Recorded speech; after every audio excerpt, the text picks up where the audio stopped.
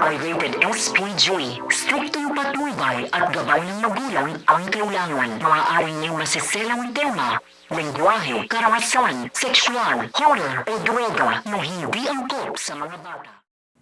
FVJ sa Probinsyano Bagong Yugto, March 7, 2022 episode. Pagkatapos na isalaysay ni Aurora kay Mara ang pagtakas niya sa mga dumukot sa kanya, sabi ni Mara, mabuti na lang ho nakaligtas kayo sa kanila. Sabi naman ni Aurora, mabuti na lang na iligtas mo ako sa kanila. Sabi ni Aurora, sa tingin mo ba wala nang nakasunod sa atin dito? Tugon ni Mara, sa tingin ko ayos na ho tayo. At pinagmasdan nilang dalawa ang ganda ng tanawin sa paligid. Hinawakan ni Aurora ang mukha ni Mara at hinawi-hawi ang buhok. Nakangiti. Samantala, andoon din si Oscar sa lugar na iyon sa may itaas ng falls na may hawak na bulaklak na siyang binibigay niya noon kay Aurora. Sabi ni Oscar, Diyos ko, kung nasan man si Aurora ngayon, sana ay masaya at payapa na siya. Gabayan niyo po siya at alagaan. Wala man ako sa tabi niya, sana'y lagi siyang bantayan ng munting anghel namin, ang anak namin. Alam ko, nasa piling niyo na ang anak namin na si Maria Isabel. Sana po maipalam niyo sa kanya kung gaano ko siya kamahal. At inihagis ni Oscar ang puting bulaklak sa tubig. At inanod na ito. Lumapit naman sa ilog sila Mara at Aurora. At pinuri niya si Mara sa galing nitong makipaglaban. Saan nga daw siya natuto ng ganun? Sabi ni Mara, tinuruan ako ng tatay ko. Tinuruan akong dumepensa. Sabi ni Aurora, ang swerte mo, siguro mahal na mahal ka ng tatay mo. Kaya kanya tinuturuan kung paano ipagtanggol ang sarili. Paano niya naman po nasabi yun? Tugon ni Aurora. Magkaiba kasi kami ng papa ko. Di siya ganun sa akin. Lagi lang kami di nagkakasundo. Pati nga ang kaisa-isa kong pag-ibig nasira dahil sa pakikialam niya.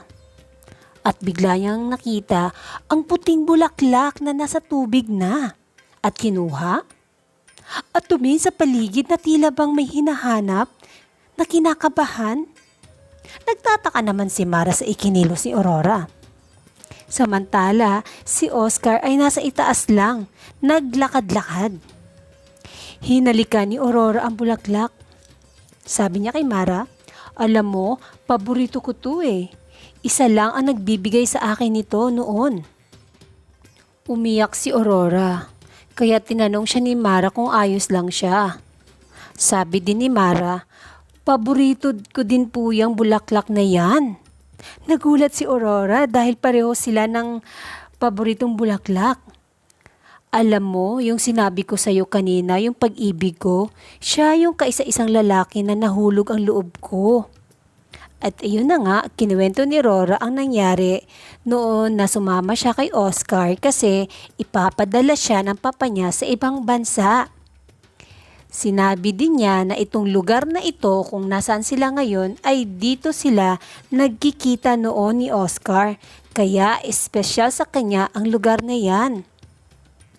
Sabi ni Mara, tapos ano ho ang nangyari? Sabi ni Aurora, ayun.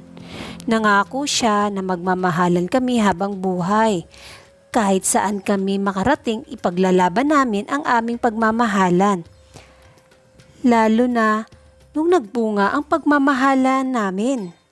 Ngumiti si Mara na kinikilig habang nagkukwento si Aurora. Sabi ni Mara, ibig sabihin ho, may anak na ho kayo? Oo, si Maria Isabel ko. Nasaan na ho siya ngayon? Nalungkot si Aurora at sinabi niya kay Mara na wala na, patay na siya. Humingi naman ng paumanhin si Mara sa naitanong niya. Noong una, ang saya-saya nga daw nila ni Oscar at Aurora. Walang kasing saya hanggang pinuntahan ng papa niya ang lugar kung saan sila nagtatago. Sinunog ang buong komunidad. kung saan sila nakatira sa may tabi ng dagat. At sa isang iglap, sinira ng papa niya ang buhay niya. Kaya natanong naman ni Mara, sino ho ang lalaking yun?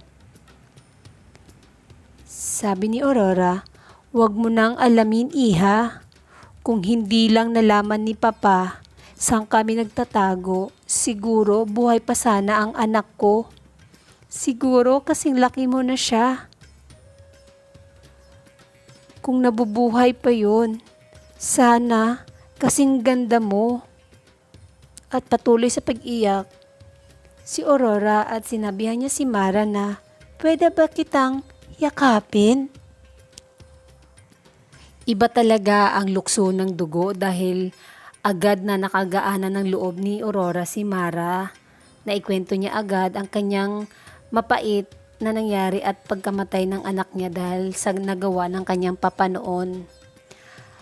At huwag po kayong bibitiw sa gumagandang kwento ng FPJ sa Probinsyano Bagong Yugto. And thank you for watching and see you on March 8, 2022. Bye!